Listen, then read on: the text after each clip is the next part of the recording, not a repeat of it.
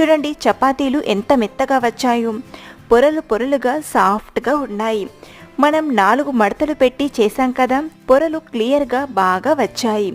కొన్ని చిన్న చిన్న టిప్స్ పాటిస్తే చాలు, మీరు కూడా ఇలాగే సాఫ్ట్గా పొరలు పొరలుగా వచ్చేట్లు చపాతీ చేయగలరు. ఫస్ట్ మనం చపాతీ పిండిని మరీ సాఫ్ట్గా కాకుండా సెమీ సాఫ్ట్గా కలపాలి. ఒక 10 నిమిషాలు నానబెట్టి ఆ తర్వాత చపాతీ చేయాలి. ముందు పూరీ సైజ్ అంతా చపాతీ చేసి దానిపైన కొద్దిగా ఆయిల్ని అప్లై చేసి పొడిపిండిని స్ప్రెడ్ చేయాలి. పొడిపిండిని స్ప్రెడ్ చేసి 4 మడతల్లా వేసి చపాతీలా చేయాలి. చపాతీ చేసేటప్పుడు మధ్యలో కాకుండా సైడ్స్ నుండి తాలుస్తూ చపాతీ చేయండి. మెయిన్ థింగ్ ఏంటంటే చపాతీ కాల్చేటప్పుడు ప్యాన్ వేడిగా ఉండాలి.